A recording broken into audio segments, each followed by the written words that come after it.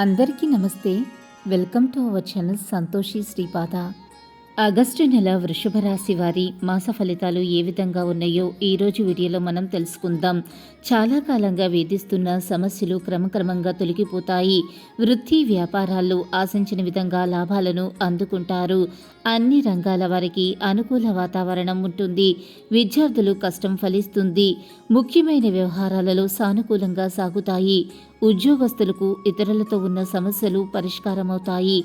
దీర్ఘకాలిక అనారోగ్య సమస్యల నుండి ఉపశమనాన్ని పొందుతారు. నూతన వ్యాపారాలకు పెట్టుబడులు అందుకుంటారు. ఆదాయ మార్గాలు విస్తృతమవుతాయి. నిరుద్యోగులకు నూతన అవకాశాలు మరిన్ని లాభిస్తాయి. వ్యతిరేక పరిస్థితులు మీకు అనుకూలంగా మలుచుకుంటారు.